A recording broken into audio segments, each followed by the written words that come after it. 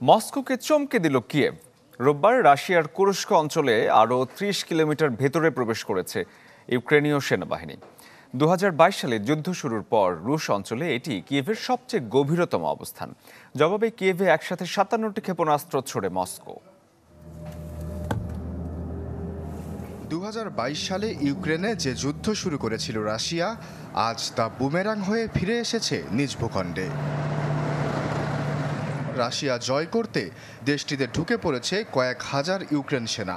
Kursk অঞ্চল থেকে বেশ কয়েক কিলোমিটার অগ্রসরও হয়েছে তারা। ৬ দিন ধরে চলমান এই অভিযানের কথা সম্প্রতি ভিডিও বার্তায় স্বীকার করেছেন প্রেসিডেন্ট ভলোদিমির জেলেনস্কি। শুধু এবছরই কুরস্ক অঞ্চল থেকে ২০০০-এর বেশি ক্ষেপণাস্ত্র ছুড়েছে রাশিয়া।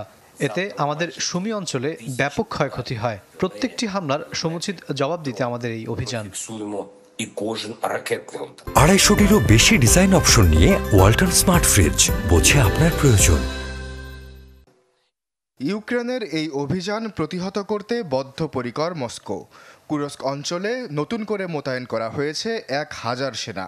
সরিয়ে নেওয়া হয়েছে ৭৬,০০০ স্থানীয় বাসিন্দাদের। কয়েকটি শহরে ইউক্রেন বাহিনীর সাথে তুমুল লড়াই চলে রাশিয়ার। তবে শুধু প্রতিরোধ নয়, প্রতিশোধের হামলাও সমান্তরালে চালাচ্ছে মস্কো। কিয়েভে একদিনে ৫৭টি ক্ষেপণাস্ত্র ছোড়ে রাশিয়া, যার ৫৩টি পতনের আগে অকেজো করে ইউক্রেনের বিমান বাহিনী।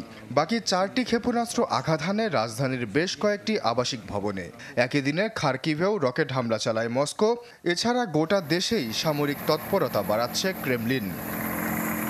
আশ্বাস চৌধুরী, চ্যানেল 24।